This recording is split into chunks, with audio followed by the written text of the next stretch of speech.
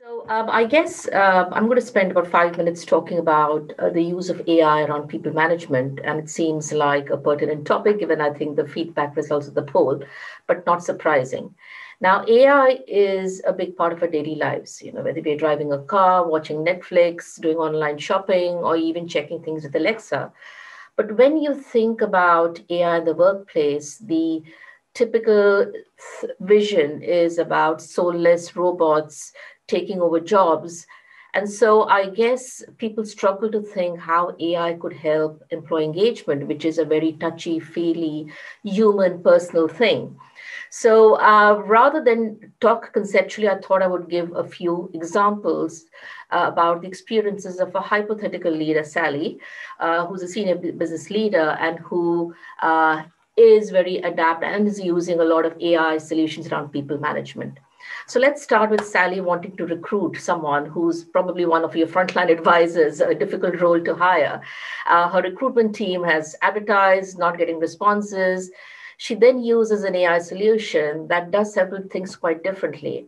It's able to proactively look at the market and spot candidates with those skills. More importantly, it can match the skill capability requirement and therefore effectively do a shortlisting without any effort. The most important thing is it starts engaging the candidate not aggressively, but in a softer way through the use of a bot. It provides the candidate with all kinds of information the candidate needs. And within a matter of days and weeks, Sally is able to find Tom, who is almost the perfect candidate, but who actually wasn't looking for a job. And more importantly, because of the strong engagement process, in spite of having another offer on the sidelines, chooses Sally and Sally's organization. Sally then decides to use a virtual onboarding solution. And what again Tom finds is even before he joins the organization, he is able to access information, content, video films about the organization and start getting familiar with it.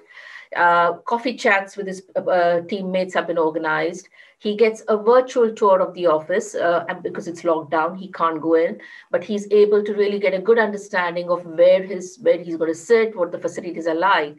And as a result, again, even before Tom joins, he feels a big part of Sally's team and the organization. Sally's next challenge is to then get Tom quickly upskilled because he's going to be doing a technical sales role. Now, the big challenge for her was the training content, as is normally in most organizations, was sitting on files, folders, presentations. And so then Sally used an AI solution that did several different things. Firstly, it matched Tom's previous experience to the role requirements, understood and found out the skill gap. It then created a learning plan which Sally, of course, vetted and looked into. It then created content for Tom. And based on how he was responding to the content, it then sent the more appropriate content to him. And through the process, Sally was also able to measure and understand how well Tom understood things, what were his gap areas, but more importantly, it kept him engaged in the whole process. Now, the other challenge Sally had was being in lockdown. She was concerned Tom could feel isolated. He hadn't really met his teammates. So she then used a digital AI solution on mental well-being.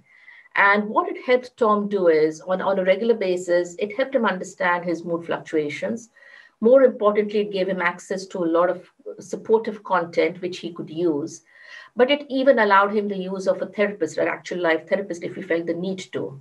Now, the big difference for Tom was he didn't have to feel embarrassed about approaching Sally or HR. He could do it on his own, he could do it discreetly.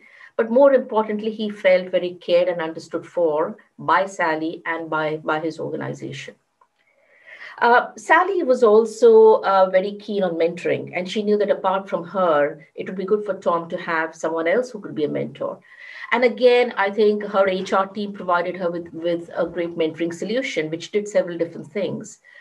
It helped identify Tom's personality, characteristics, skills, and almost like a dating app, it matched him to the right mentor within the organization.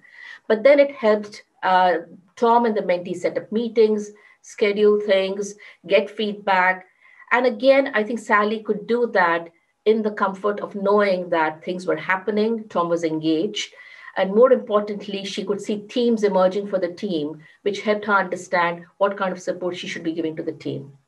Now, this, as I said, is probably may feel a bit far-fetched to many who haven't even started the journey of using AI.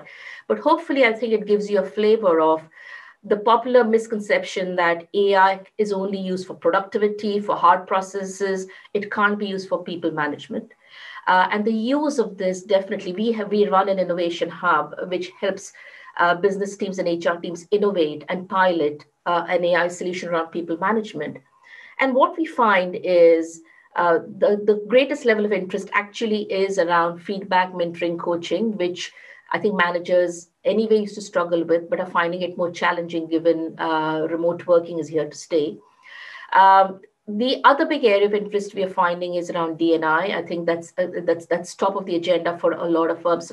How do you create a more inclusive environment? How do you make employees feel a part of things? How do you remove bias, whether it's in the recruitment process or even otherwise? So there's a whole range of solutions that can help managers improve inclusivity and D&I within the organization. And of course, the third big area of interest is skill development and redeployment, because again, with the changing business models, that's a common challenge. So I think the thought I want to leave with all of you is, uh, you know, a lot is possible with the use of AI and digital. It is not either or. You are always going to need the human aspect, the human touch. But I think these solutions can go a long way towards helping leaders become far more proactive, get more predictive insight, but also be empathetic in a manner because that supports and engages the employee, and yet helps employees feel as if things are personalized for them, they are empowered, and creates a win-win situation for both.